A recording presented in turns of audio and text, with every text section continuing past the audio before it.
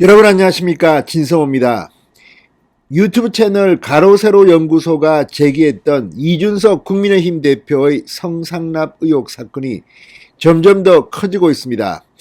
오늘 이 강용석 변호사가 자신의 SNS에 글을 올리고 사진과 함께 이 국민의힘 책임당원 22,500명이 이준석 대표를 당 윤리위원회에 제소했다고 밝혔습니다. 책임당원 22,500명이 그 짧은 시간에 서명을 했다는 것인데, 앞으로 이 문제가 국민의힘 윤리위원회에서 다뤄진다면 상당히 논란이 될 겁니다. 왜냐하면 이 윤리위원회가 열리면 여기서 가로세로 연구소 측 이 김세희 책임당원 등등은 물증들을 내보일 겁니다. 그리고 만에 하나 국민의힘 윤리위원회 이양희 위원장입니다. 이양희 위원장 새생연년 국민의힘에서 중요한 자리를 많이 맡았던 그런 학자입니다. 그런데 이양희 위원장 역시 이준석 대표가 임명한 사람입니다. 이준석 대표, 김종인 위원장하고 인연이 있는 사람입니다.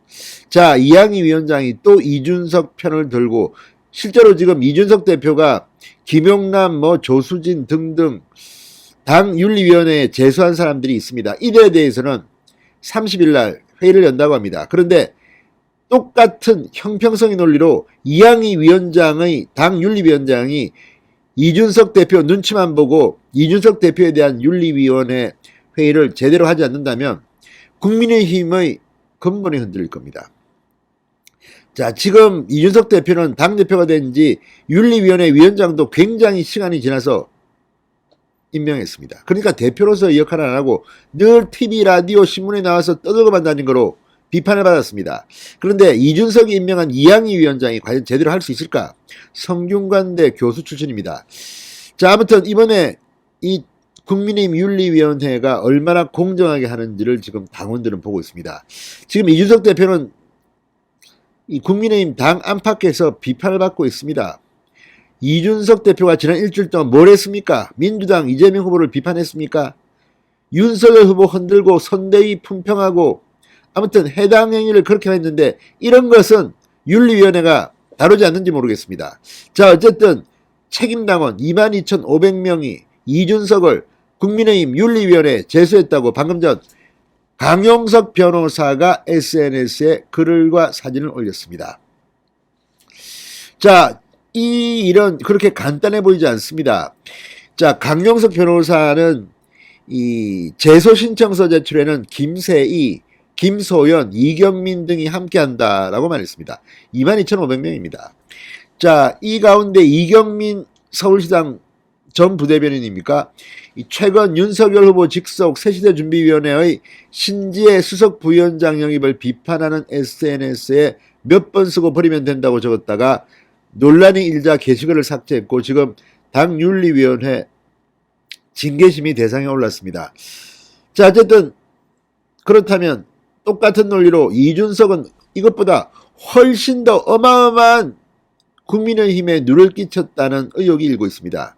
물론 이준석 대표가 윤리위원회 회의에서 자신의 억울함을 입증할 수 있다면 문제는 달라집니다만, 지금 현재 이런 논란, 특히 이준석 대표는 이 문제의 발단에 대한 김모 씨 사업가로부터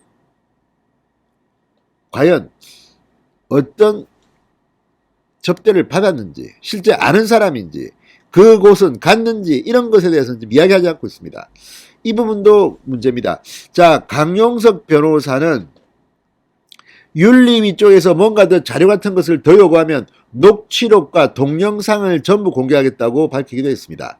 녹취록과 동영상이 있답니다. 지금 이준석 대표는 이외에도 몇 가지 더 의혹들이 여러 곳에서 제기되고 있습니다. 가세현은 지난 27일 이준석 대표가 2013년 7월 김성진 아이카이스트 대표로부터 성접대를 받았다고 주장했고, 이준석 대표는 거짓 의혹이라며 법적 대응 방침을 밝혔습니다. 조만간 이준석 대표가 강용석 변호사 등을 고소하겠다고 하자 빨리 해라, 금명간이 아니라 오늘 해라, 이렇게 강용석 변호사는 치고 나오고 있습니다.